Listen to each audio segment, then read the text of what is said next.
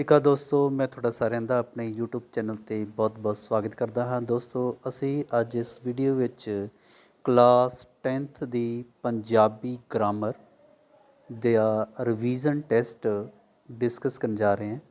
ਤਾਂ friends, video ਸ਼ੁਰੂ ਕਰਨ ਤੋਂ ਪਹਿਲਾਂ ਅਗਰ ਤੁਸੀਂ ਇਸ ਚੈਨਲ ਦੇ ਨਵੇਂ ਹੋ, ਅਜੇ ਤੱਕ ਚੈਨਲ ਨੂੰ ਸਬਸਕ੍ਰਾਈਬ ਨਹੀਂ ਕੀਤਾ ਤਾਂ ਪਲੀਜ਼ ਪਹਿਲਾਂ ਚੈਨਲ ਨੂੰ ਸਬਸਕ੍ਰਾਈਬ ਕਰੋ ਅਤੇ ਇਸ ਦੇ ਨਾਲ ਬੈਲ ਆਈਕਨ ਨੂੰ ਪ੍ਰੈਸ ਕਰੋ ਤਾਂ ਕਿ ਹਰ ਇਨਫੋਰਮੇਟਿਵ ਵੀਡੀਓ ਦਾ ਨੋਟੀਫਿਕੇਸ਼ਨ ਤੁਹਾਡੇ ਤੱਕ ਸਭ ਤੋਂ ਪਹਿਲਾਂ ਪਹੁੰਚ ਸਕੇ। ਅਗਰ ਤੁਹਾਨੂੰ ਵੀਡੀਓ ਅੱਛੀ ਲੱਗੇ, ਵੀਡੀਓ ਨੂੰ ਲਾਈਕ ਔਰ ਸ਼ੇਅਰ ਜ਼ਰੂਰ ਕਰਨਾ। ਤਾਂ ਫਰੈਂਡਸ, ਕਲਾਸ 10th ਦੀ ਪੰਜਾਬੀ ਦੀ ਗ੍ਰਾਮਰ ਹੈ, ਜਿਸ ਦਾ ਫਸਟ ਪ੍ਰਸ਼ਨ ਹੈ, ਮੂੰਹ ਵਿੱਚੋਂ ਨਿਕਲਣ ਵਾਲੀਆਂ ਆਵਾਜ਼ਾਂ ਜਿਨ੍ਹਾਂ ਰਾਹੀਂ ਮਨੁੱਖ ਆਪਣੇ ਮਨੋਭਾਵ ਪ੍ਰਗਟਾਉਂਦਾ ਹੈ ਨੂੰ ਕੀ ਕਹਿੰਦੇ ਹਨ? ਤੇ ਇਸ ਦਾ ਰਾਈਟ ਆਨਸਰ ਹੈ ਜੀ ਬੋਲੀ। ਬੋਲੀ ਕਿੰਨੇ ਪ੍ਰਕਾਰ ਦੀ ਹੁੰਦੀ ਹੈ? ਇਸ ਦਾ ਆਨਸਰ ਹੈ ਜੀ 2 ਪ੍ਰਕਾਰ ਦੀ। ਸਾਡੇ ਸੰਵਿਧਾਨ ਵਿੱਚ ਕਿੰਨੀਆਂ ਭਾਸ਼ਾਵਾਂ ਪ੍ਰਵਾਨਿਤ ਹਨ? ਇਸ ਦਾ ਰਾਈਟ ਆਨਸਰ ਹੈ ਜੀ 22। ਜਿਹੜੀ ਬੋਲੀ ਬੱਚਾ ਜਨਮ ਤੋਂ ਹੀ ਮਾਂ ਕੋਲੋਂ ਸਿੱਖਦਾ ਹੈ ਉਸ ਨੂੰ ਕੀ ਆਖਦੇ ਹਨ? ਮਾਂ ਬੋਲੀ। ਪੰਜਾਬੀ ਬੋਲੀ ਨੂੰ ਕਿੰਨੇ ਲੋਕ ਬੋਲਦੇ ਹਨ? ਇਸ ਦਾ ਆਨਸਰ ਹੈ ਜੀ 11 ਕਰੋੜ।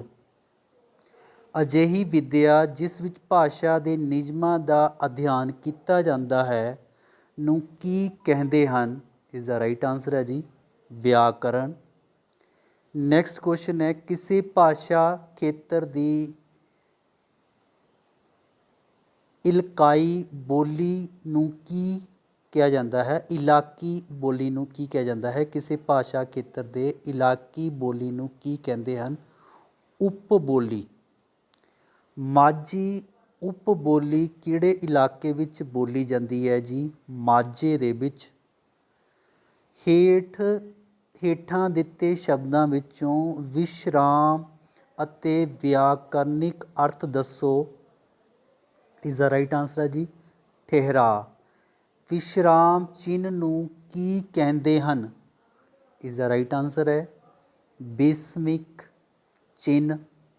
ਪ੍ਰਸ਼ਨਵਾਚਕ ਵਾਕ ਦੇ ਅੰਤ ਵਿੱਚ ਕਿਹੜਾ ਨਿਸ਼ਾਨ ਲੱਗਿਆ ਹੁੰਦਾ ਹੈ ਜੀ? ਪ੍ਰਸ਼ਨਵਾਚਕ ਦਾ ਨਿਸ਼ਾਨ। ਜਦੋਂ ਪ੍ਰਸ਼ਨਵਾਚਕ ਵਾਕ ਅਧੀਨ ਵਾਕ ਹੁੰਦਾ ਹੈ ਤਾਂ ਕਿਹੜਾ ਚਿੰਨ੍ਹ ਆਉਂਦਾ ਹੈ? ਆਪਸ਼ਨ ਸੱਸਾ। ਪੜਨਾਮ ਦੀਆਂ ਕਿੰਨੀਆਂ ਕਿਸਮਾਂ ਹੁੰਦੀਆਂ ਹਨ? ਇਸ ਦਾ ਰਾਈਟ ਆਨਸਰ ਹੈ ਜੀ 6 ਕਿਸਮਾਂ ਹੁੰਦੀਆਂ ਹਨ। ਪੁਰਖਵਾਚਕ ਪੜਨਾਮ ਕਿੰਨੀ ਤਰ੍ਹਾਂ ਦੇ ਹੁੰਦੇ ਹਨ? ਇਸ ਦਾ ਰਾਈਟ ਆਨਸਰ ਹੈ ਜੀ 3 ਤਰ੍ਹਾਂ ਦੇ। ਜਿਹੜਾ ਸ਼ਬਦ ਨਾਮ ਦੀ ਥਾਂ 'ਤੇ ਵਰਤਿਆ ਜਾਂਦਾ ਹੈ ਉਸ ਨੂੰ ਕੀ ਕਹਿੰਦੇ ਹਾਂ?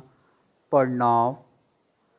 ਜਿਹੜਾ ਸ਼ਬਦ ਕਿਸੇ ਵਿਅਕਤੀ, ਵਸਤੂ, ਸਥਾਨ ਨੂੰ ਪ੍ਰਗਟ ਕਰੇ ਉਸ ਨੂੰ ਕੀ ਕਹਿੰਦੇ ਹਾਂ? ਨਾਂਵ। ਨਾਂਵ ਕਿੰਨੇ ਪ੍ਰਕਾਰ ਦੇ ਹੁੰਦੇ ਹਨ? ਇਸ ਦਾ ਰਾਈਟ ਆਨਸਰ ਹੈ ਜੀ 5 ਪ੍ਰਕਾਰ ਦੇ। ਹੇਠ ਲਿਖੇ ਸ਼ਬਦਾਂ ਵਿੱਚੋਂ ਉੱਤਮ ਪੁਰਖ ਚੁਣੋ। ਇਸ ਦਾ ਰਾਈਟ ਆਨਸਰ ਹੈ ਜੀ ਮੈਂ। ਹੇਠ ਲਿਖੇ ਸ਼ਬਦਾਂ ਵਿੱਚ ਮੱਧਮ ਪੁਰਖ ਚੁਣੋ। ਇਸ ਦਾ ਰਾਈਟ ਆਨਸਰ ਆ ਜਾਏਗਾ ਜੀ ਤੁਸੀਂ। ਹੇਠ ਲਿਖੇ ਸ਼ਬਦ ਵਿੱਚੋਂ ਅਨਯ ਪੁਰਖ ਚੁਣੋ। ਇਹ ਆ ਜਾਏਗਾ ਜੀ ਉਹ ਸ਼ਬਦ ਜੋ ਕਿਵੇਂ ਨਾਮ ਦੇ ਗੁਣ ਜਾਂ ਔਗੁਣ ਦੱਸੇ ਉਸ ਨੂੰ ਕੀ ਕਹਿੰਦੇ ਹਾਂ ਜੀ? ਵਿਸ਼ੇਸ਼ਣ। ਨੈਕਸਟ ਹੈ, ਜਿਹੜਾ ਪੜਨਾਂਵ ਕਿਸੇ ਪੁਰਖ ਦੀ ਥਾਂ 'ਤੇ ਵਰਤਿਆ ਜਾਵੇ ਉਸ ਨੂੰ ਕੀ ਆਖਦੇ ਹਾਂ? ਪੁਰਖਵਾਚਕ ਪੜਨਾਂਵ। ਮੇਰੀ ਚੁੰਨੀ ਦਾ ਰੰਗ ਪੀਲਾ ਹੈ। ਇਸ ਵਾਕ ਵਿੱਚ ਵਿਸ਼ੇਸ਼ਣ ਕਿਹੜਾ ਹੈ ਜੀ? ਪੀਲਾ। ਸਾਰਥਕ ਸ਼ਬਦਾਂ ਦੇ ਕਿੰਨੇ ਭੇਦ ਹੁੰਦੇ ਹਨ? 8। ਫੁੱਲ ਬਹੁਤ ਸੋਹਣਾ ਹੈ। ਇਸ ਵਾਕ ਵਿੱਚ ਵਿਸ਼ੇਸ਼ਣ ਦੀ ਕਿਹੜੀ ਕਿਸਮ ਹੈ? ਗੁਣਵਾਚਕ ਵਿਸ਼ੇਸ਼ਣ। ਜਿਹੜੇ ਸ਼ਬਦ ਕਿਸੇ ਕਾਰਜ ਦੇ ਹੋਣ ਬਾਰੇ ਦੱਸਣ ਨੂੰ ਕੀ ਕਹਿੰਦੇ ਹਾਂ ਜੀ? ਕਿਰਿਆ। ਕਿਰਿਆ ਸ਼ਬਦਾਂ ਦੀ ਵੰਡ ਕਿੰਨੇ ਢੰਗਾਂ ਨਾਲ ਕੀਤੀ ਜਾ ਸਕਦੀ ਹੈ ਜੀ? 4। ਜਿਸ ਵਾਕ ਵਿੱਚ ਕਰਮ ਨਹੀਂ ਹੁੰਦਾ ਉਸ ਨੂੰ ਕਿਹੜੀ ਕਿਰਿਆ ਕਹਿੰਦੇ ਹਾਂ? ਇਸ ਦਾ ਰਾਈਟ ਆਨਸਰ ਹੈ ਜੀ ਅਕਰਮਕ ਕਿਰਿਆ। ਨੈਕਸਟ ਪ੍ਰਸ਼ਨ ਹੈ, ਕਿਰਿਆ ਦੇ ਜਿਸ ਰੂਪ ਤੋਂ ਇਹ ਪਤਾ ਲੱਗੇ ਕਿ ਉਸ ਨੂੰ ਕਰਨ ਵਾਲਾ ਕਰਤਾ ਆਪ ਹੈ ਨੂੰ ਕੀ ਕਹਿੰਦੇ ਹਨ? ਇਹਨੂੰ ਕਹਿੰਦੇ ਜੀ ਸਧਾਰਨ ਕਿਰਿਆ। ਨੈਕਸਟ ਪ੍ਰਸ਼ਨ ਹੈ, ਜਦੋਂ ਵਾਕ ਵਿੱਚ ਕਿਰਿਆ ਇੱਕ ਸ਼ਬਦ ਦੀ ਹੋਵੇ ਤਾਂ ਉਸ ਨੂੰ ਕੀ ਆਖਦੇ ਹਨ? ਇਕਹਿਰੀ ਕਿਰਿਆ। ਜਦੋਂ ਕੋਈ ਕਿਰਿਆ ਇੱਕ ਤੋਂ ਵੱਧ ਸ਼ਬਦਾਂ ਦੇ ਸੰਯੋਗ ਤੋਂ ਬਣੇ ਤਾਂ ਨੂੰ ਕੀ ਕਹਿੰਦੇ ਹਨ? ਸੰਯੁਕਤ ਕਿਰਿਆ। ਜਿਹੜਾ ਸ਼ਬਦ ਕਿਰਿਆ ਦੀ ਵਿਸ਼ੇਸ਼ਤਾ ਦੱਸੇ ਉਸ ਨੂੰ ਕੀ ਕਹਿੰਦੇ ਹਨ? ਕਿਰਿਆ ਵਿਸ਼ੇਸ਼ਣ। ਕਿਰਿਆ ਵਿਸ਼ੇਸ਼ਣ ਕਿੰਨੇ ਪ੍ਰਕਾਰ ਦੇ ਹਨ? 8 ਪ੍ਰਕਾਰ ਦੇ। ਜਿਹੜੇ ਸ਼ਬਦ ਕਿਰਿਆ ਦੇ ਵਾਪਰਨ ਦੇ ਸਮੇਂ ਬਾਰੇ ਦੱਸਣ ਉਸ ਨੂੰ ਕੀ ਕਹਿੰਦੇ ਹਨ? ਕਾਲਵਾਚਕ। ਜਿਹੜੇ ਸ਼ਬਦ ਕਿਰਿਆ ਦੇ ਵਾਪਰਨ ਦੇ ਸਮੇਂ ਬਾਰੇ ਦੱਸਣ ਉਸ ਨੂੰ ਕੀ ਕਹਿੰਦੇ ਹਾਂ? ਕਾਲਵਾਚਕ। ਨੈਕਸਟ ਹੈ, ਜਿਹੜੇ ਸ਼ਬਦ ਕਿਰਿਆ ਦੀ ਮਿਣਤੀ ਜਾਂ ਮਿਕਦਾਰ ਬਾਰੇ ਦੱਸਣ ਨੂੰ ਕਹਿੰਦੇ ਹਨ ਉਸ ਨੂੰ ਕੀ ਆਖਦੇ ਹਨ ਜੀ? ਪਰਿਮਾਣਵਾਚਕ। ਜਿਹੜੇ ਸ਼ਬਦ ਕਿਰਿਆ ਦੇ ਦੁਹਰਾ ਜਾਂ ਗਿਣਤੀ ਬਾਰੇ ਦੱਸਣ ਉਸ ਨੂੰ ਕੀ ਕਹਿੰਦੇ ਹਨ? ਸੰਖਿਆਵਾਚਕ। ਜਿਹੜੇ ਸ਼ਬਦ ਕਿਰਿਆ ਦੇ ਹੋਣ ਦਾ ਕਾਰਨ ਦੱਸਣ ਉਹਨਾਂ ਨੂੰ ਕੀ ਕਹਿੰਦੇ ਹਨ? ਕਾਰਣਵਾਚਕ। ਜਿਹੜੇ ਸ਼ਬਦ ਵਾਕ ਦੇ ਨਾਵਾਂ ਅਤੇ ਪੜਨਾਵਾਂ ਦਾ ਸੰਬੰਧ ਜੋੜਨ ਉਹਨਾਂ ਨੂੰ ਕੀ ਕਹਿੰਦੇ ਹਾਂ? ਸੰਬੰਧਕ। ਸੰਬੰਧਕ ਕਿੰਨੇ ਪ੍ਰਕਾਰ ਦੇ ਹੁੰਦੇ ਹਨ? ਇਸ ਦਾ ਰਾਈਟ ਆਨਸਰ ਹੈ ਜੀ 3 ਪ੍ਰਕਾਰ ਦੇ। ਜਿਹੜੇ ਸ਼ਬਦ ਇਕੱਲੇ ਹੀ ਵਾਕ ਵਿੱਚ ਸ਼ਬਦਾਂ ਦਾ ਸੰਬੰਧ ਜੋੜਨ ਉਹਨਾਂ ਨੂੰ ਕੀ ਕਹਿੰਦੇ ਹਨ? ਪੂਰਨ ਸੰਬੰਧਕ। ਜਿਹੜੇ ਸ਼ਬਦ ਪੂਰਨ ਸੰਬੰਧਕ ਨਾਲ ਮਿਲ ਕੇ ਹੀ ਸੰਬੰਧਕ ਬਣਨ ਨੂੰ ਕੀ ਕਹਿੰਦੇ ਹਨ? ਅਪੂਰਨ ਸੰਬੰਧਕ। ਜਿਹੜੇ ਸੰਬੰਧਕ ਕਦੇ ਪੂਰਨ ਸੰਬੰਧਕ ਹੋਣ ਅਤੇ ਕਦੇ ਅਪੂਰਨ ਸੰਬੰਧਕ ਹੋਣ ਨੂੰ ਕੀ ਕਹਿੰਦੇ ਹਨ? ਇਸ ਦਾ ਆਨਸਰ ਹੈ ਜੀ ਦੁਬਾਜਰੇ ਸੰਬੰਧਕ। ਸੰਬੰਧਕ ਕਿਸ ਸ਼ਬਦ ਦਾ ਸੰਬੰਧ ਦੂਜੇ ਸ਼ਬਦਾਂ ਨਾਲ ਜੋੜਨ ਨੂੰ ਕੀ ਕਹਿੰਦੇ ਹਨ? ਸੰਬੰਧੀ। ਸੰਬੰਧਕ ਇੱਕ ਸ਼ਬਦ ਦਾ ਸੰਬੰਧ ਜਿਸ ਸ਼ਬਦ ਨਾਲ ਜੋੜਨਾ ਉਸ ਸ਼ਬਦ ਨੂੰ ਕੀ ਕਹਿੰਦੇ ਹਨ? ਸੰਬੰਧਮਾਨ। ਸੰਬੰਧਕ ਸ਼ਬਦ ਆਮ ਕਰਕੇ ਨਾਮ ਜਾਂ ਪੜਨਾਮ ਦੇ ਅੱਗੇ ਆਉਂਦੇ ਹਨ ਜਾਂ ਪਿੱਛੇ ਆਉਂਦੇ ਹਨ। ਪਿੱਛੇ। ਘੋੜਾ ਸ਼ਬਦ ਦਾ ਇੱਕ ਵਚਨ ਸੰਬੰਧਕੀ ਰੂਪ ਕੀ ਹੋਵੇਗਾ? ਘੋੜੇ। ਘੋੜਾ ਸ਼ਬਦ ਦਾ ਬਹੁਵਚਨ ਸੰਬੰਧਕੀ ਰੂਪ ਕੀ ਹੋਵੇਗਾ? ਘੋੜੀਆਂ। ਅਸੀਂ ਸਾਰੇ ਘਰ ਬੈਠੇ ਹਾਂ ਇਸ ਵਾਕ ਵਿੱਚ ਬਾਹਰ ਸ਼ਬਦ ਕੀ ਹੈ? ਸੰਬੰਧਕ। ਜਿਹੜੇ ਸ਼ਬਦ ਦੋ ਵਾਕਾਂ ਤੋਂ ਵਾਕਾਂਸ਼ਾਂ ਜਾਂ ਦੋ ਸ਼ਬਦਾਂ ਨੂੰ ਆਪਸ ਵਿੱਚ ਜੋੜਨ ਨੂੰ ਕੀ ਕਹਿੰਦੇ ਹਾਂ? ਯੋਜਕ। ਕਾਰਜ ਦੇ ਆਧਾਰ 'ਤੇ ਯੋਜਕ ਦੀਆਂ ਕਿਸਮਾਂ ਦੱਸੋ। ਇਸ ਦਾ ਰਾਈਟ ਆਨਸਰ ਹੈ ਜੀ 2। ਜਿਹੜੇ ਸ਼ਬਦ ਦੋ ਬਰਾਬਰ ਦੇ ਵਾਕਾਂ ਨੂੰ ਜੋੜ ਕੇ ਸੰਯੁਕਤ ਵਾਕ ਬਣਾਉਣ ਨੂੰ ਕੀ ਕਹਿੰਦੇ ਹਨ? ਸਮਾਨ ਯੋਜਕ। ਮਿਸ਼ਰਤ ਵਾਕ ਵਿੱਚ ਪ੍ਰਧਾਨ ਉਪਵਾਕ ਅਤੇ ਅਧੀਨ ਉਪਵਾਕ ਨੂੰ ਆਪਸ ਵਿੱਚ ਜੋੜਨ ਵਾਲੇ ਯੋਜਕ ਨੂੰ ਕੀ ਕਹਿੰਦੇ ਹਨ? ਅਧੀਨ ਯੋਜਕ। ਬਣਤਰ ਦੇ ਆਧਾਰ 'ਤੇ ਯੋਜਕ ਦੀਆਂ ਕਿਸਮਾਂ ਦੱਸੋ ਜੀ 3। ਜਿਹੜੇ ਯੋਜਕ ਇੱਕ ਸ਼ਬਦ ਤੋਂ ਬਣੇ ਹੋਣ ਉਹਨਾਂ ਨੂੰ ਕੀ ਕਹਿੰਦੇ ਹਨ? ਇਕਹਿਰੇ ਯੋਜਕ। ਇੱਕ ਤੋਂ ਵੱਧ ਸ਼ਬਦਾਂ ਨਾਲ ਬਣੇ ਯੋਜਕ ਨੂੰ ਕੀ ਕਹਿੰਦੇ ਹਾਂ? ਸੰਯੁਕਤ ਯੋਜਕ। ਜਿਹੜੇ ਯੋਜਕ ਟੁੱਟਵੇਂ ਵਰਤੇ ਜਾਂਦੇ ਹਨ ਉਹਨਾਂ ਨੂੰ ਕੀ ਕਹਿੰਦੇ ਹਨ? ਟੁੱਟਵੇਂ ਜਾਂ ਸਹਿ ਸੰਬੰਧੀ ਯੋਜਕ। ਨੈਕਸਟ ਕੁਐਸਚਨ ਹੈ, ਸਮਾਨ ਯੋਜਕ ਚੁਣੋ। ਇਸ ਦਾ ਆਨਸਰ ਹੈ ਜੀ ਤੇ ਅਤੇ ਹੀ ਪਰ ਪਰੰਤੂ। ਉਹ ਸ਼ਬਦ ਜੋ ਮਨ ਦੀ ਖੁਸ਼ੀ ਗਮੀ ਹੈਰਾਨੀ ਆਦਿ ਨੂੰ ਪ੍ਰਗਟ ਕਰਨ ਕੀ ਅਖਵਾਉਂਦੇ ਹਨ। ਵਿਸਮਿਕ। ਵਿਸਮਿਕ ਦੀਆਂ ਕਿਸਮਾਂ 9 ਹਨ। ਵਿਸਮਿਕ ਸ਼ਬਦ ਚੁਣੋ। ਵਾਹ ਵਾਹ, ਵੱਲੇ, ਕਾਸ਼, ਹੇ ਕਰਤਾਰ, ਵੇ, ਓਏ, ਧੰਨ ਭਾਗ। ਨੈਕਸਟ, ਉਹ ਵਿਸਮਿਕ ਜੋ ਕਿਸੇ ਨੂੰ ਬੁਲਾਉਣ ਲਈ ਵਰਤੇ ਜਾਣ ਉਸ ਨੂੰ ਕੀ ਕਿਹਾ ਜਾਂਦਾ ਹੈ ਜੀ। ਸੰਬੋਧਨੀ ਵਿਸਮਿਕ। ਉਹ ਵਿਸਮਿਕ ਜੋ ਤਾੜਨਾ ਕਰਨ ਜਾਂ ਚਿੰਤਨ ਕਰਨ ਲਈ ਵਰਤੇ ਜਾਣ ਉਸ ਨੂੰ ਕਿਹਾ ਜਾਂਦਾ ਹੈ ਸੂਚਨਾਵਾਚਕ ਵਿਸਮਿਕ। ਜੋ ਸ਼ਬਦ ਪ੍ਰਸ਼ੰਸਾ ਦੇ ਭਾਵ ਪ੍ਰਗਟ ਕਰਨ ਉਸ ਨੂੰ ਕੀ ਆਖਦੇ ਹਨ। ਸੂਚਨਾਵਾਚਕ ਵਿਸਮਿਕ। ਜੋ ਸ਼ਬਦ ਦੁੱਖ ਜਾਂ ਸ਼ੋਕ ਨੂੰ ਪ੍ਰਗਟ ਕਰਨ ਉਸ ਨੂੰ ਕਿਹਾ ਜਾਂਦਾ ਹੈ ਜੀ ਸ਼ੋਕਵਾਚਕ ਵਿਸਮਿਕ। ਜੋ ਸ਼ਬਦ ਸਤਿਕਾਰ ਜਾਂ ਪਿਆਰ ਦੇ ਭਾਵ ਨੂੰ ਪ੍ਰਗਟ ਕਰਨ ਉਸ ਨੂੰ ਕਿਹਾ ਜਾਂਦਾ ਹੈ ਸਤਿਕਾਰਵਾਚਕ ਵਿਸਮਿਕ। ਜੋ ਵਿਸਮਿਕ ਫਿਟਕਾਰ ਜਾਂ ਲਾਨਤ ਦੇ ਭਾਵ ਪ੍ਰਗਟ ਕਰਨ ਨੂੰ ਕੀ ਆਖਦੇ ਹਨ। ਫਿਟਕਾਰਵਾਚਕ ਵਿਸਮਿਕ। ਜੋ ਵਿਸਮਿਕ ਕਿਸੇ ਅਸੀਸ ਜਾਂ ਆਸ਼ੀਰਵਾਦ ਨੂੰ ਪ੍ਰਗਟ ਕਰਨ ਉਸ ਨੂੰ ਅਸ਼ੀਸ਼ਵਾਚਕ ਵਿਸਮਿਕ ਕਿਹਾ ਜਾਂਦਾ ਹੈ। ਜੋ ਵਿਸਮਿਕ ਮਨ ਦੀਆਂ ਇੱਛਾਵਾਂ ਪ੍ਰਗਟ ਕਰਨ ਉਸ ਨੂੰ ਇੱਛਾਵਾਚਕ ਵਿਸਮਿਕ ਕਿਹਾ ਜਾਂਦਾ ਹੈ। ਜੋ ਸ਼ਬਦ ਹੈਰਾਨੀ ਨੂੰ ਪ੍ਰਗਟ ਕਰਨ ਨੂੰ ਕੀ ਕਹਿੰਦੇ ਹਨ। ਇਸ ਦਾ ਰਾਈਟ ਆਨਸਰ ਹੈ ਜੀ ਹੈਰਾਨੀ ਵਾਚਕ ਵਿਸਮਿਕ। ਵਾਹ ਵਈ ਵਾਹ ਵਾਕਾਂਸ਼ ਵਿੱਚ ਕਿਸ ਪ੍ਰਕਾਰ ਦਾ ਵਿਸਮਿਕ ਹੈ। ਪ੍ਰਸ਼ੰਸਾਵਾਚਕ ਵਿਸਮਿਕ। ਸ਼ਬਦਾਂ ਦੇ ਪੁਰਖਵਾਚਕ ਅਤੇ ਇਸਤਰੀਵਾਚਕ ਭੇਦ ਨੂੰ ਕੀ ਕਹਿੰਦੇ ਹਨ ਜੀ। ਲਿੰਗ। ਲਿੰਗ ਦੀਆਂ ਕਿੰਨੀਆਂ ਕਿਸਮਾਂ ਹੁੰਦੀਆਂ ਹਨ। 2। ਜਿਹੜੇ ਸ਼ਬਦ ਮਰਦਾਨੇ ਜਾਂ ਨਰ ਬਾਰੇ ਦੱਸਣ ਉਸ ਨੂੰ ਕੀ ਕਹਿੰਦੇ ਹਨ। ਪੁਲਿੰਗ। ਜੋ ਸ਼ਬਦ ਇਸਤਰੀ ਜਾਂ ਮਾਦਾ ਭੇਦ ਨੂੰ ਪ੍ਰਗਟ ਕਰਨ ਨੂੰ ਕੀ ਕਹਿੰਦੇ ਹਨ। ਇਸਤਰੀ ਲਿੰਗ। ਜਿਹੜੇ ਸ਼ਬਦ ਇੱਕ ਤੋਂ ਬਹੁਤੀਆਂ ਚੀਜ਼ਾਂ ਦੇ ਭੇਦ ਨੂੰ ਪ੍ਰਗਟ ਕਰਨ ਉਸ ਨੂੰ ਕਿਹਾ ਜਾਂਦਾ ਹੈ ਜੀ ਵਚਨ।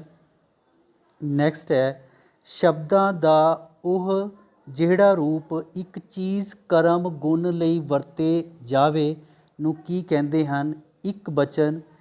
ਸ਼ਬਦਾਂ ਦਾ ਜਿਹੜਾ ਰੂਪ ਇੱਕ ਤੋਂ ਬਹੁਤੀਆਂ ਚੀਜ਼ਾਂ ਲਈ ਵਰਤੀਆਂ ਜਾਵੇ ਨੂੰ ਕੀ ਕਹਿੰਦੇ ਹਨ। ਬਹੁ ਵਚਨ।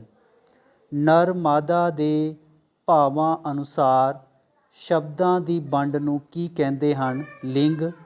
ਮਰਾਸੀ ਸ਼ਬਦ ਦਾ ਬਹੁਵਚਨ ਕੀ ਹੈ। ਮਰਾਸੀਆ। ਨੈਕਸਟ ਹੈ ਕਾਲ ਤੋਂ ਕੀ ਭਾਵ ਹੈ। ਕਾਲ ਤੋਂ ਭਾਵ ਹੈ ਸਮਾਂ। ਕਾਲ ਦੀਆਂ ਕਿਸਮਾਂ ਦੱਸੋ। ਕਾਲ ਦੀਆਂ 3 ਕਿਸਮਾਂ ਹਨ। ਜਦੋਂ ਕਿਰਿਆ ਦਾ ਕੰਮ ਹੋਣ ਦੇ ਸਮੇਂ ਹੋਵੇ ਉਸ ਨੂੰ ਕੀ ਕਹਿੰਦੇ ਹਾਂ। ਵਰਤਮਾਨ ਕਾਲ। ਜਦੋਂ ਕਿਰਿਆ ਦਾ ਕੰਮ ਬੀਤੇ ਗਏ ਸਮੇਂ ਵਿੱਚ ਹੋਇਆ ਹੋਵੇ ਉਸ ਨੂੰ ਕੀ ਕਹਿੰਦੇ ਹਾਂ। ਭੂਤਕਾਲ। ਜਦੋਂ ਕਿਰਿਆ ਦਾ ਕੰਮ ਆਉਣ ਵਾਲੇ ਸਮੇਂ ਵਿੱਚ ਹੋਣ ਵਾਲਾ ਹੋਵੇ ਤਾਂ ਉਸ ਨੂੰ ਕੀ ਕਹਿੰਦੇ ਹਨ। ਭਵਿੱਖ ਕਾਲ।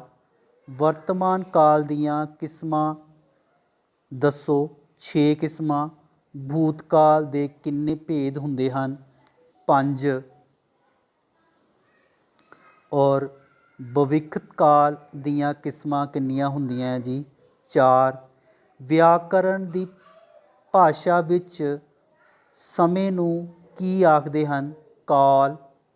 ਹੇਠ ਲਿਖੇ ਵਾਕਾਂ ਵਿੱਚ ਕਿਸ ਦੀ ਕਿਰਿਆ ਵਰਤਮਾਨ ਕਾਲ ਵਿੱਚ ਹੈ। ਬੱਚੇ ਖੇਡ ਰਹੇ ਹਨ ਇਹ ਵਰਤਮਾਨ ਕਾਲ ਦੇ ਵਿੱਚ ਹੈ।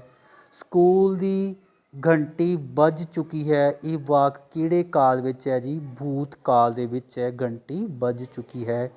ਜਿਸ ਸ਼ਬਦ ਦੇ ਇੱਕ ਤੋਂ ਵੱਧ ਅਰਥ ਹੋਣ ਉਸ ਨੂੰ ਕੀ ਆਖਦੇ ਹਨ। ਬਹੁਆਰਥਕ ਸ਼ਬਦ।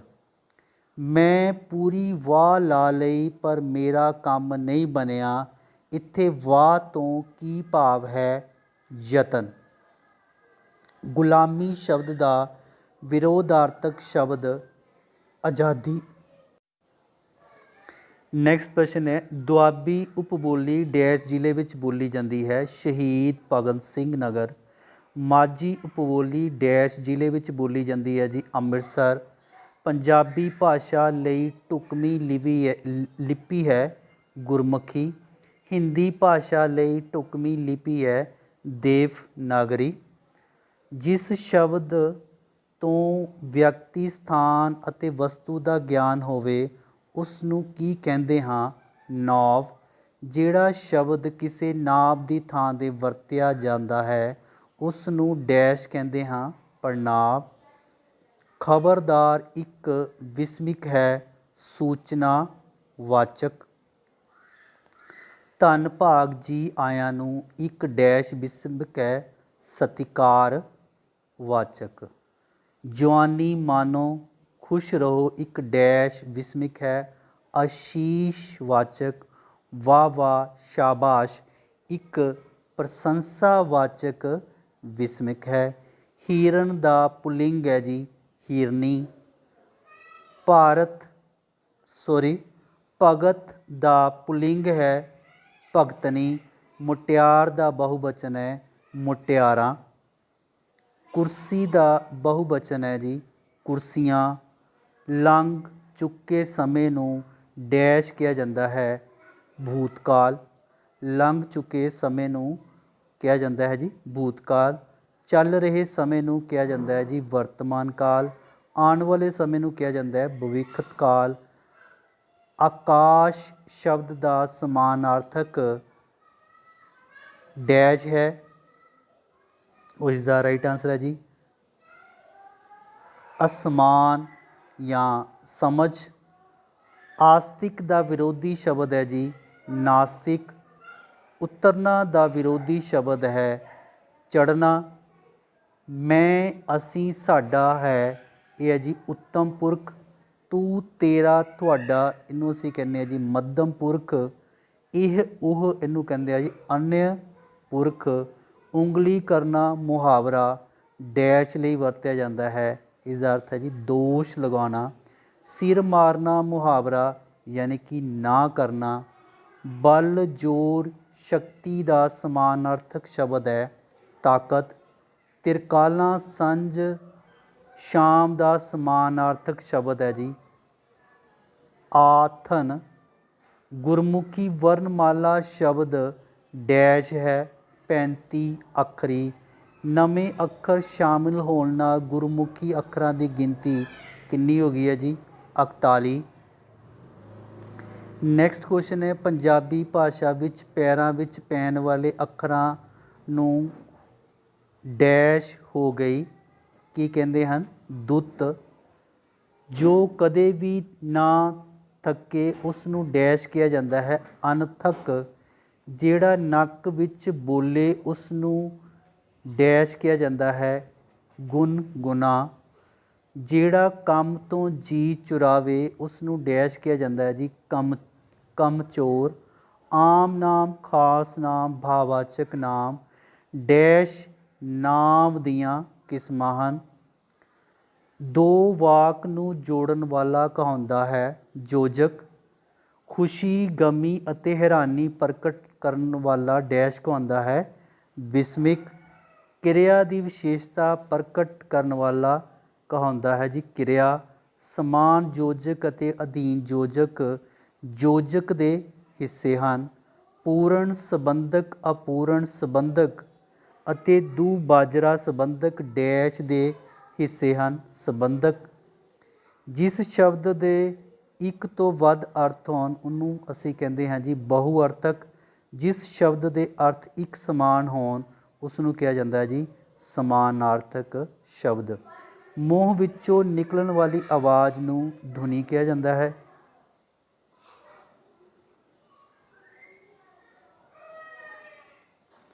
ਸ਼ਬਦਾਂ ਦਾ ਅਧਿਐਨ ਡੈਸ਼ ਬੋਧ ਨਾਲ ਕੀਤਾ ਜਾਂਦਾ ਹੈ ਸ਼ਬਦ ਬੋਧ ਨਾਲ। ਧੁਨੀਆਂ ਦਾ ਅਧਿਐਨ ਬੋਧ ਨਾਲ ਕੀਤਾ ਜਾਂਦਾ ਹੈ ਯਾਨੀ ਕਿ ਧੁਨੀ ਬੋਧ। ਵਾਕਾਂ ਦਾ ਅਧਿਐਨ ਡੈਸ਼ ਬੋਧ ਨਾਲ ਕੀਤਾ ਜਾਂਦਾ ਹੈ, ਵਾਕ ਬੋਧ। ਅਜੋਕੇ ਪੰਜਾਬ ਦਾ ਸਾਹਿਤਕ ਭਾਸ਼ਾ ਮਾਝੀ। ਪੰਜਾਬ ਦੀ ਮਾਂ ਬੋਲੀ ਭਾਸ਼ਾ ਪੰਜਾਬੀ ਹੈ। ਭਾਰਤੀ ਸੰਵਿਧਾਨ ਦੇ ਵਿੱਚ ਡੈਸ਼ ਭਾਸ਼ਾਵਾਂ ਪ੍ਰਵਾਨਿਤ ਹਨ 22। ਜਿਨ੍ਹਾਂ ਸਰਾਂ ਨੂੰ ਉਚਾਰਨ ਸਮੇਂ ਨੱਕ ਵਿੱਚੋਂ ਆਵਾਜ਼ ਆਉਂਦੀ ਹੈ ਉਸ ਨੂੰ ਨਾਸਕੀ ਕਿਹਾ ਜਾਂਦਾ ਹੈ। ਦਿਨ ਦਾ ਵਿਰੋਧੀ ਸ਼ਬਦ ਹੈ ਜੀ ਰਾਤ। ਧੁੱਪ ਦਾ ਵਿਰੋਧੀ ਸ਼ਬਦ ਹੈ ਛਾਂ। ਉਹ ਥਾਂ ਜਿੱਥੇ ਪਹਿਲਵਾਨ ਘੋਲ ਕਰਦੇ ਹਨ ਉਸ ਨੂੰ ਕਿਹਾ ਜਾਂਦਾ ਜੀ ਅਖਾੜਾ। ਸੱਪ ਦੇ ਬੱਚੇ ਨੂੰ ਡੈਸ਼ ਕਿਹਾ ਜਾਂਦਾ ਹੈ ਸਪੋਲੀਆ। ਕਵਿਤਾ ਲਿਖਣ ਵਾਲੇ ਨੂੰ ਡੈਸ਼ ਕਿਹਾ ਜਾਂਦਾ ਹੈ ਕਵੀ। ਨਾਵਲ ਲਿਖਣ ਵਾਲੇ ਨੂੰ ਕਿਹਾ ਜਾਂਦਾ ਹੈ ਜੀ ਨਾਵਲਕਾਰ। ਨਾਟਕ ਲਿਖਣ ਵਾਲੇ ਨੂੰ ਕਿਹਾ ਜਾਂਦਾ ਜੀ ਨਾਟਕਕਾਰ। ਕਹਾਣੀ ਲਿਖਣ ਵਾਲੇ ਨੂੰ ਕਿਹਾ ਜਾਂਦਾ ਜੀ ਕਹਾਣੀਕਾਰ। ਤਰਤੀਬ ਵਿੱਚ ਲਿਖੇ ਲਿਪੀ ਦੇ ਸਾਰੇ ਅੱਖਰਾਂ ਨੂੰ ਡੈਸ਼ ਕਿਹਾ ਜਾਂਦਾ ਹੈ ਜੀ ਵਰਣਮਾਲਾ। ਲ ਪੈਰਬਿੰਦੀ ਅੱਖਰ ਦੇ ਉਚਾਰਨ ਸਮੇਂ ਜੀਭ ਮੂੰਹ ਵਿੱਚ ਡੈਸ਼ ਨੂੰ ਛੂੰਹਦੀ ਹੈ ਤਾਲੂ ਨਾਲ। ਗੁਰਮੁਖੀ ਵਿੱਚ ਲਗਾਂ ਦੀ ਗਿਣਤੀ ਹੈ ਜੀ 10। ਡੰਡੀ ਦੀ ਵਰਤੋਂ ਡੈਸ਼ ਲਈ ਕੀਤੀ ਜਾਂਦੀ ਹੈ ਪੂਰਨ ਠਹਿਰਾਓ ਦੇ ਲਈ। ਕੋਮੇ ਦੀ ਵਰਤੋਂ ਡੈਸ਼ ਨੂੰ ਪ੍ਰਗਟ ਕਰਨ ਲਈ ਕੀਤੀ ਜਾਂਦੀ ਹੈ ਥੋੜ੍ਹੇ ਠਹਿਰਾਅ ਦੇ ਲਈ। ਗੁਰਮੁਖੀ ਲਿਪੀ ਖੱਬੇ ਤੋਂ ਸੱਜੇ ਲਿਖੀ ਜਾਂਦੀ ਹੈ। ਨੈਕਸਟ ਪ੍ਰਸ਼ਨ ਹੈ ਬਿੰਦੀ ਅਤੇ ਟਿੱਪੀ ਡੈਸ਼ ਚਿੰਨ੍ਹ ਹਨ ਨਾਸਕੀ। ਨਾਂਵ ਦੀਆਂ ਕਿਸਮਾਂ 5 ਹਨ। ਪ੍ਰਣਾਮ ਦੀਆਂ ਕਿਸਮਾਂ 6 ਹਨ। ਦੂਜਿਆਂ ਦਾ ਭਲਾ ਕਰਨ ਵਾਲਾ ਕਹਾਉਂਦਾ ਹੈ ਪਰਉਪਕਾਰੀ।